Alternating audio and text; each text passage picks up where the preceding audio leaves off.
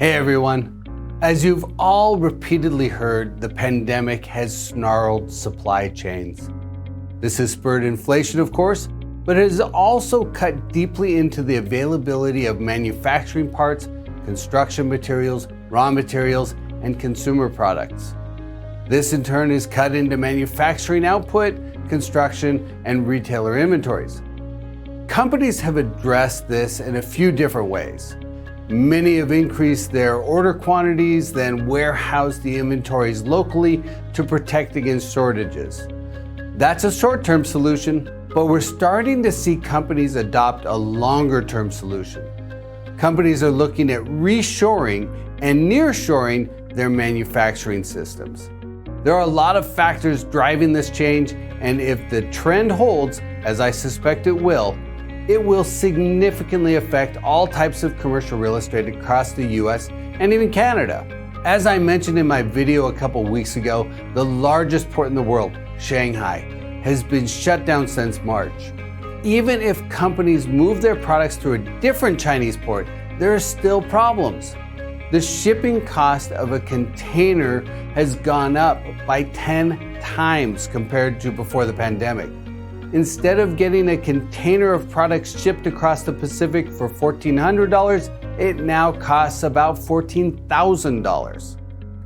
In addition, transporting the goods from China now takes about 80 days compared to 48 days before the pandemic. So getting a container shipped from China to the US costs 10 times as much, and it takes almost 3 months to get here. Looking back in time, companies flocked to China to capitalize on lower manufacturing costs. But the tide is turning. Today, manufacturing labor costs in China are higher than they are in Mexico.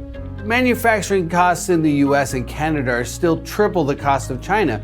But with automation and labor productivity, the spread begins to narrow.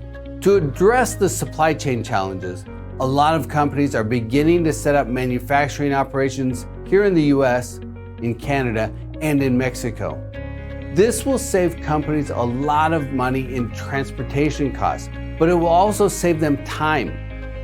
In addition, the flow of goods will likely be more reliable and consistent. Compared to before the pandemic, freight traffic from Canada to the US has increased by 10.5%, and freight from Mexico has increased by about 21%.